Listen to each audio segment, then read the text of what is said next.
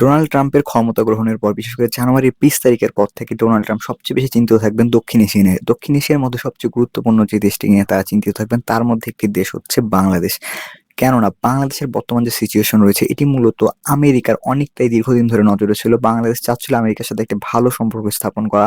এজন্য মূলত ডেমোক্রেটিক পার্টির যে নেতা ছিলেন জো বাইডেন তারা মূলত অনেক ক্ষেত্রে বাংলাদেশকে বিভিন্নভাবে চাপ দিয়েছেন আমেরিকার সমরাস্ত্র কেনা বা আমেরিকার সাথে অর্থনৈতিক সম্পর্ক জোরদার করা এবং আমেরিকার সাথে ডিফেন্স ডিল সাইন করা। এসব ব্যাপারে তারা ৫ বছর ধরে চাপ দেওয়ার ফলে বাংলাদেশ তারপরও আসলে তাদের সাথে সম্পর্ক ওইভাবে ডেভেলপ করতে পারেনি। কিন্তু বর্তমান সময়ে বাংলাদেশের যে নতুন ইন্টারিম গভর্নমেন্ট রয়েছে তারা অনেকটাই পূর্ববর্তী সরকারের থেকে আলাদা।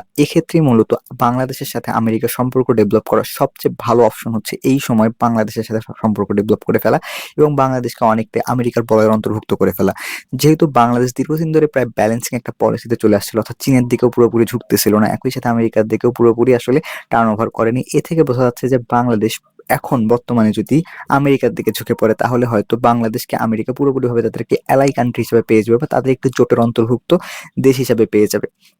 এজন্য ইন্দো প্যাসিফিক স্ট্র্যাটেজিতে বাংলাদেশকে যোগদান করানো বা কোয়াডে যোগদান করানো বা অন্যান্য অর্থনৈতিক সংগঠন যেগুলো আসলে চীনকে কাউন্টার করার জন্য তৈরি করা হয়েছে সেগুলোতে বাংলাদেশকে একবার অন্তর্ভুক্ত করে ফেললে বাংলাদেশ চাইলেও আসলে তখন আমেরিকা থেকে দূরে সরে যেতে পারবে না। আর এই জিনিসটি মূলত ডোনাল্ড ট্রাম্পেরও একটি টপ মোস্ট প্রায়োরিটি হবে।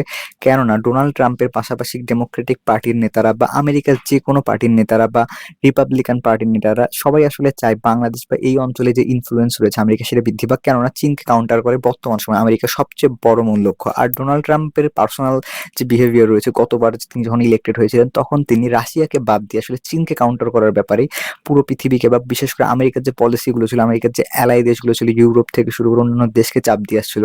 চীনের হুয়াওয়ে থেকে শুরু করে চীনের বিভিন্ন ধরনের কোম্পানিগুলোর উপর নিষেধাজ্ঞা দেয়া বা চীনের উপর শুল্ক আরোপ করার মতো বড় বড় পদক্ষেপ নেওয়ার পরিকল্পনা ছিল ডোনাল্ড ট্রাম্পের। এবং এইবারও পরিকল্পনা রয়েছে চীন, ভারত বা অন্যান্য বড় বড় দেশগুলোর উপর আমেরিকা শুল্ক আরোপ করবে বা আমেরিকার সাথে যে ট্রেড গ্যাপ রয়েছে এটাকে পূরণ করার চেষ্টা করবে। অর্থাৎ যুক্তরাষ্ট্র বর্তমানে যে পলিসিতে চলছে তাতে ট্রাম্প যে পলিসিতে মেইনটেইন করবেন ভবিষ্যতে সেটিও আসলে আরো বেশি অগ্রাধিকার পাবে দক্ষিণ এশিয়ার এই দেশগুলোকে, বিশেষ করে চীনকে কাউন্টার করার জন্য দক্ষিণ এশিয়া বা দক্ষিণ পূর্ব এশিয়ার যে দেশগুলো রয়েছে, ছোট ছোট দেশগুলো, এই দেশগুলোর প্রয়োজন রয়েছে।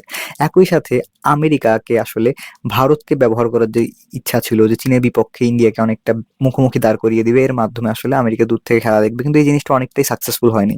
কেননা ইন্ডিয়াও বোঝে যে চীনের সাথে পুরোপুরিভাবে টক্কর নিয়ে তারা অতটা কুলিয়ে উঠতে পারবে না।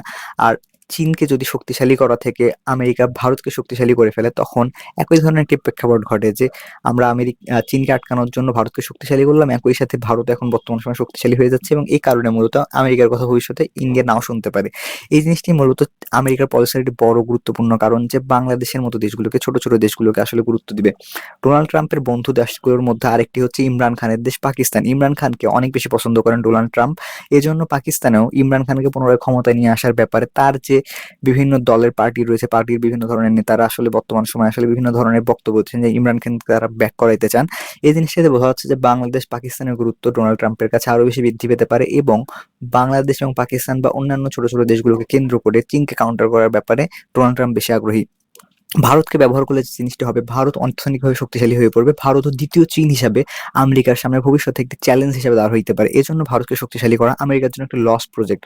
অর্থাৎ আপনি এমন একটি দেশকে আমেরিকার পিছনে দাঁড় করিয়ে দিচ্ছেন বা চীনের পিছনে দাঁড় করিয়ে দিচ্ছেন যে দেশটির পপুলেশন ১৪০ কোটি। একসময় ভবিষ্যতে ভারতও অর্থনৈতিকভাবে এত বড় আকার ধারণ করবে যে আমেরিকাকে ছাড়িয়ে যাবে। সে সময় আসলে ভারত সুপার পাওয়ার হওয়ার রেসে আমেরিকার সাথে টক্কর নিতে পারে।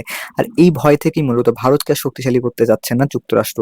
আর যুক্তরাষ্ট্র বর্তমানে চাচ্ছে বাংলাদেশ বা অন্যান্য ছোট ছোট দেশকে শক্তিশালী করলে এরা আসলে এত বড় আকার ধারণ করতে পারবে না কখনো যে যুক্তরাষ্ট্রকে ছাড়িয়ে যাবে, যুক্তরাষ্ট্রের কথাকে ইগনোর করতে পারবে। বর্তমান সময়ে যে আমরা জাপান বা সাউথ কোরিয়ার মতো দেশগুলোর দিকে তাকাই, এই দেশগুলো অর্থনৈতিকভাবে অনেক শক্তিশালী হইলেও কখনো যুক্তরাষ্ট্রকে কাটিয়ে উঠতে পারবে না, কারণ তাদের পপুলেশন এত বেশি না এবং একই সাথে তাদের যে ল্যান্ড এরিয়া রয়েছে বা রিসোর্স রয়েছে তাও যুক্তরাষ্ট্রের মতো বেশি না। এই জন্যই মূলত ছোট ছোট দেশকে শক্তিশালী করলে যুক্তরাষ্ট্রের লাভ হয়। আর অন্যদিকে ভারত বা সাউথ আফ্রিকা বা হচ্ছে ব্রাজিলের মতো বড় বড় পপুলেশনের দেশগুলোকে শক্তিশালী করলে আসলে আমেরিকার লস হওয়ার সম্ভাবনা বেশি। ভবিষ্যতে এরা আসলে বড় একটি মোড়ল হওয়ার সম্ভাবনা থেকে যায়।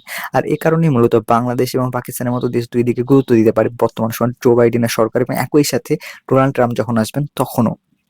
তো এ থেকে বোঝা যাচ্ছে ভবিষ্যতে বাংলাদেশের গুরুত্ব ডোনাল্ড ট্রাম্পের কাছে বৃদ্ধি পাবে। যদিও বাংলাদেশের ডোনাল্ড ট্রাম্পের সাথে বাংলাদেশের যে ইন্টারিম গভর্নমেন্টের হেড ডক্টর ইউনূসের পার্সোনাল সম্পর্ক অতটা ভালো না, তারপরও আসলে রাষ্ট্রীয় যে পলিসি রয়েছে, রাষ্ট্রীয় যে ফরেন পলিসি রয়েছে আমেরিকার, এই পলিসির বাইরে আসলে ডোনাল্ড ট্রাম্প আসবে না। কেননা ডোনাল্ড রু বাংলাদেশে অনেকটাই কাজ করেছে। ডোনাল্ড রু যেটা জো বাইডেনের একজন কর্মকর্তা ছিলেন, দক্ষিণ এশিয়া বিষয়ক তিনি মোটামুটি পররাষ্ট্র মন্ত্রণালয়ে কাজ করতেন। এই ডোনাল্ড নুরোর পরিকল্পনা ছিল বাংলাদেশের সাথে সম্পর্ক ভালো স্থাপন করা। একইভাবে ডোনাল্ড ট্রাম্পের একই ধরনের পলিসি থাকবে বলে আশা করা যায়।